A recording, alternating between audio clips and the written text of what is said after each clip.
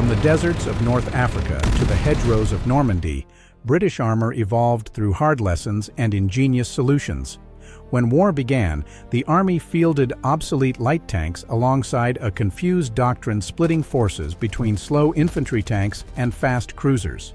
Disaster in France exposed fatal weaknesses, but British engineers adapted, creating the legendary Sherman Firefly and Churchill variants that helped win the war. Light tanks. Light tank Mark VI. The most numerous British tank at war's outbreak. Armed only with machine guns and protected by thin armor, it was hopelessly outmatched by German panzers in France. Over 1,000 served in 1940, mostly lost in the evacuation. Fast and mobile, it worked in reconnaissance when kept away from serious combat. The Mark VI represented pre-war thinking that proved obsolete within weeks of fighting.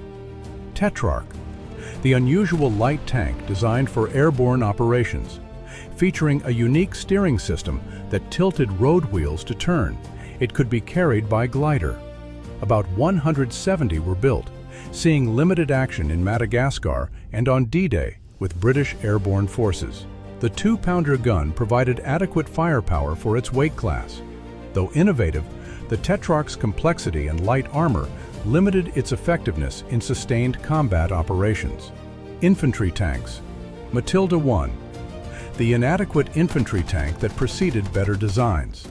Armed only with a machine gun, it offered heavy armor but no anti-tank capability.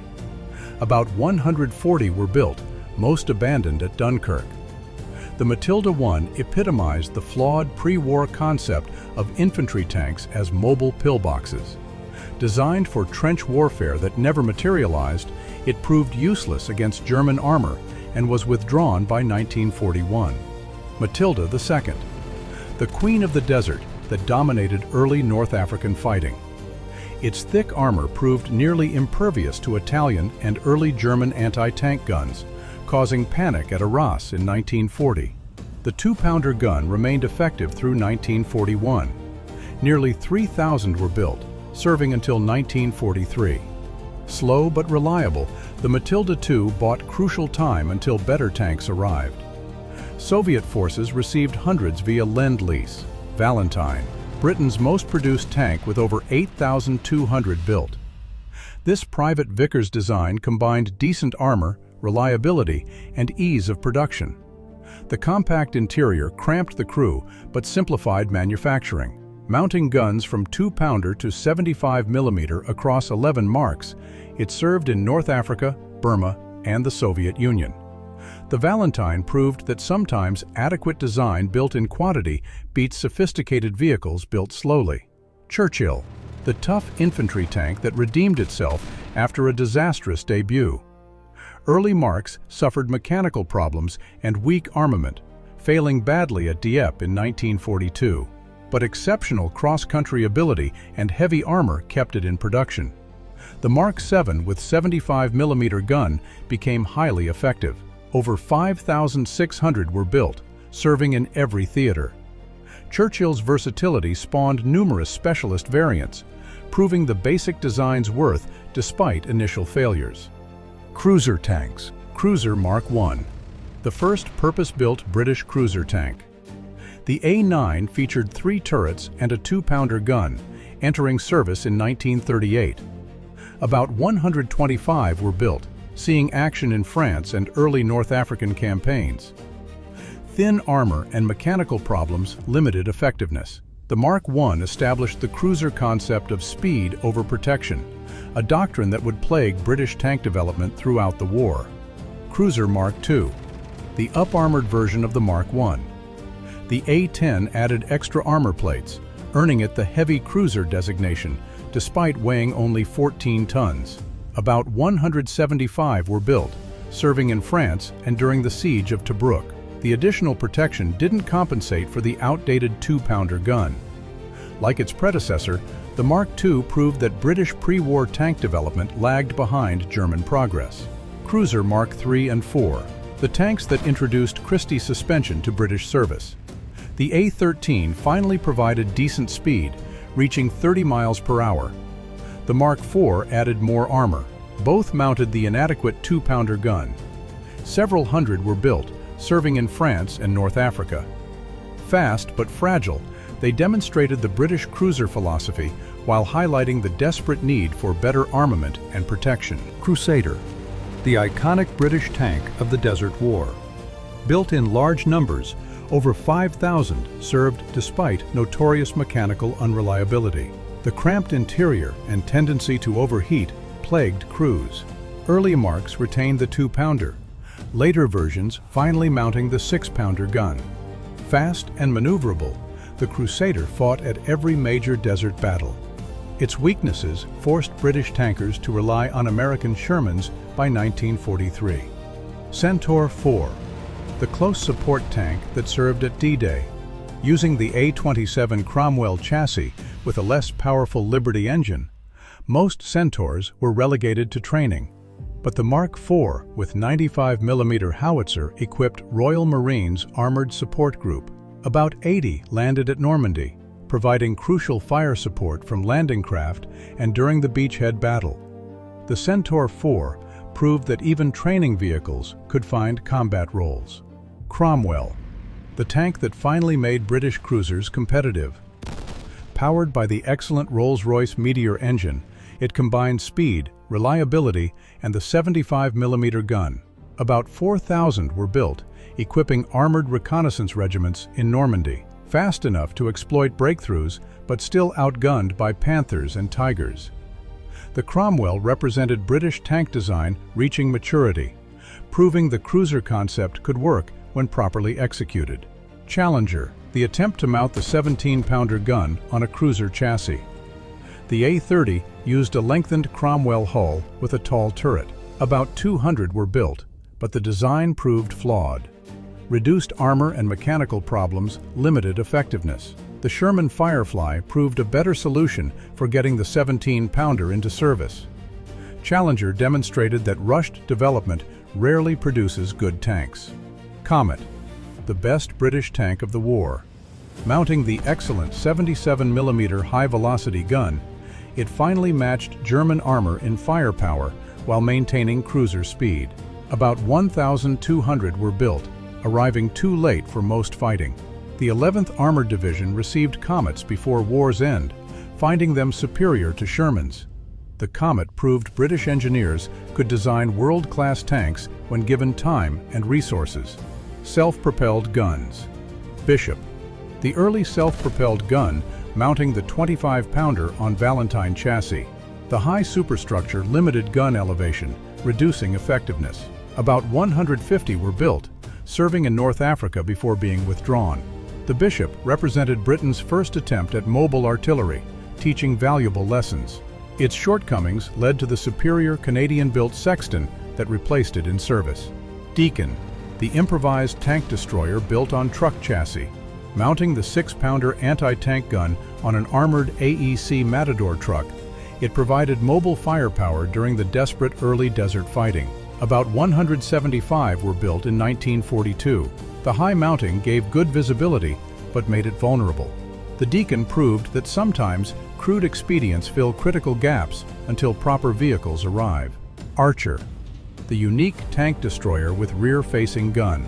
Mounting the powerful 17-pounder on Valentine chassis, the gun pointed backward to handle recoil and fit the weapon. About 665 were built, serving from 1944 onward. The configuration allowed shoot-and-scoot tactics, the vehicle reversing into position to fire. Though unusual, the Archer effectively destroyed German armor throughout the Northwest Europe campaign. Sexton, the Canadian-built self-propelled gun that succeeded the Bishop. Mounting the 25-pounder on a Ram tank chassis, it provided reliable mobile artillery. Over 2,000 were built in Canada, equipping British and Canadian armored divisions. The Sexton's low silhouette and reliability made it popular with crews. It served through the war and remained in British service until the 1950s. Churchill gun carrier, the heavy self-propelled gun designed for home defense. Mounting the 3-inch gun in a fixed casemate on Churchill chassis, about 50 were built. As invasion threat faded, most were converted back to tanks. The few that saw service proved the concept sound but unnecessary. The Churchill gun carrier showed how invasion fears drove equipment development in early war years. Special tanks. Sherman Firefly. Britain's brilliant solution to German heavy tanks. By squeezing the powerful 17-pounder gun into the Sherman turret, British engineers created one of the war's most feared tank destroyers. About 2,000 were converted, serving from D-Day onward. Fireflies destroyed more Panthers and Tigers than any other Allied tank. The modification proved that ingenuity could overcome industrial limitations, giving British tankers a weapon that terrified German crews. Armored cars. Daimler armored car. Considered the best Allied armored car of the war. Fast, well-protected, and mounting a 2-pounder gun, it excelled in reconnaissance. About 2,700 were built, serving in every theater. The 4-wheel drive provided excellent mobility. Daimler armored cars operated alongside tanks, providing eyes and ears for advancing formations. Reliable and effective, it remained in British service into the 1960s. Humber armored car. The most widely produced British heavy armored car. Over 5,400 were built, serving on every front. Mounting various armaments from machine guns to 37mm guns, the Humber proved reliable and sturdy. Less sophisticated than the Daimler, but easier to produce, it filled reconnaissance roles effectively. The Humber demonstrated that sometimes simple, producible designs serve better than complex ones. AEC armored car. The heavy reconnaissance vehicle that resembled a small tank. Built on AEC Matador truck chassis, later models mounted a 75mm gun. About 630 were built, providing serious firepower for reconnaissance units. The AEC's weight limited mobility, but the heavy armament proved valuable. It showed how truck chassis could be adapted for armored warfare when purpose-built vehicles were scarce. Guy armored car. One of the first British armored cars produced in large numbers at war's outbreak. About 100 were built, quickly becoming the basis for the more successful Humber series. The Guy served in early war campaigns before being superseded by improved designs. It represented the transitional phase of British armored car development, teaching lessons incorporated into later models. Daimler Scout Car. Dingo. The essential compact reconnaissance vehicle. 4-wheel steering made it incredibly agile, almost impossible to trap in tight spots. About 6,600 were built, serving in every theater. The 2-man crew operated a machine gun while scouting ahead of main forces. Fast and reliable, the Dingo became legendary among reconnaissance units. Its design influenced post-war scout car development worldwide. Humber Scout Car. The enlarged version of the Dingo concept, offering more internal space and better crew comfort than the smaller Daimler. About 4,300 were built. Though less agile than the Dingo, the extra room proved valuable for longer reconnaissance missions. The Humber Scout Car complemented the Dingo, providing similar capabilities with different operational characteristics. Morris Light Reconnaissance Car. An important early reconnaissance vehicle. Characterized by angled armor and open top, it saw wide use in North African and Italian campaigns. Several thousand were built before being superseded by more specialized designs. The Morris LRC filled critical gaps in reconnaissance capability during desperate early war years when proper vehicles were scarce. Specialist vehicles. Churchill AVRE. The combat engineer tank that cleared obstacles on D-Day. Mounting a massive 290mm petard spigot mortar nicknamed the Dustbin Launcher, it demolished fortifications with devastating effect. The weapon fired 40-pound projectiles at point-blank range. AVREs led beach assaults, destroying bunkers and clearing obstacles. The Churchill AVRE proved that specialized engineered tanks could determine battle outcomes, becoming essential to British assault tactics. Churchill Crocodile, perhaps the war's most terrifying flamethrower tank. Towing an armored trailer containing fuel, it could project flame over 100 yards. The psychological effect on defenders proved devastating, often causing surrender without firing a shot. Several hundred were built, serving from Normandy onward. The Crocodile demonstrated that flame weapons retained battlefield value, the Churchill's armor allowing it to close for lethal attacks. From inadequate light tanks and confused doctrine to the brilliant Sherman Firefly and Churchill variants, British armor evolution tells a story of painful learning. Early war disasters exposed the folly of splitting forces between infantry and cruiser tanks while fielding inadequate guns. The Matilda II briefly dominated before German weapons caught up. Crusaders fought bravely despite chronic unreliability. American Shermans filled critical gaps. But British ingenuity produced the war-winning Firefly, mounting the superb 17-pounder gun that terrified German crews. The Churchill proved versatile despite early failures, spawning specialist variants that proved essential. The Comet finally delivered a world-class cruiser tank. British armor won through adaptation, learning from mistakes, and clever modifications that maximized limited resources against a formidable enemy.